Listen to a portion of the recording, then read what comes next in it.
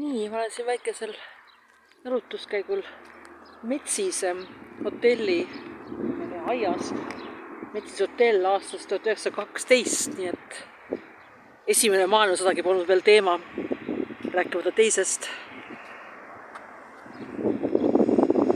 Et jah, mul on üks hobi, mis mind alati õnnelikuks on käia kohtades, kus ma olen ainuke turist.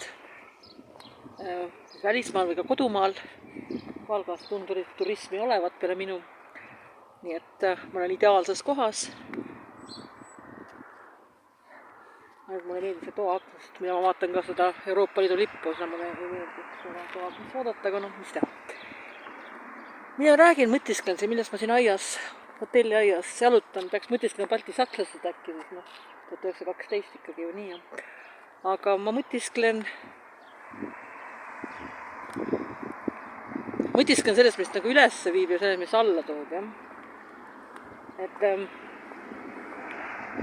on olemas, ütleme, selline toetav seltskond, mis nagu inspireerib ja viib üles. Siis on olemas selline seltskond, mis tõmbab alla. Ja siis on üksildus. Ja see on veel neljas seltskond ka. Neljas seltskond on see, mis tundub tore, aga tegelikult ütleme, et muinasjutudes on, kui mingi kuri tegelane, see on kohe näha, et on kuri, eks ju. Isegi kui ta käitub hästi, nagu see Hansu ja Greeteli see nõid, eks ju, kõik lapsest ka arvata, et on kuri, kui ta lastele pakub piparkokki ja kommi ja mida kõike. Siis tegelikult elus on sellised inimesed, kes tunduvad väga kenad, aga tegelikult ei ole. Et see on kirjandusteoste kurjus, jah.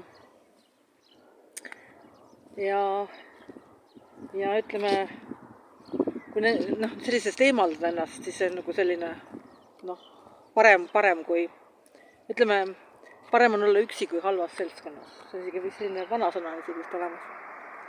Nii et üksiduses saab seda jõudu, et üles minna. Et inimestega suheldes on selline, et nagu tõmmatakse alla.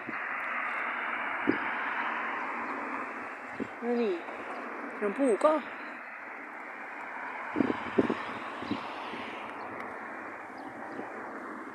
Oh.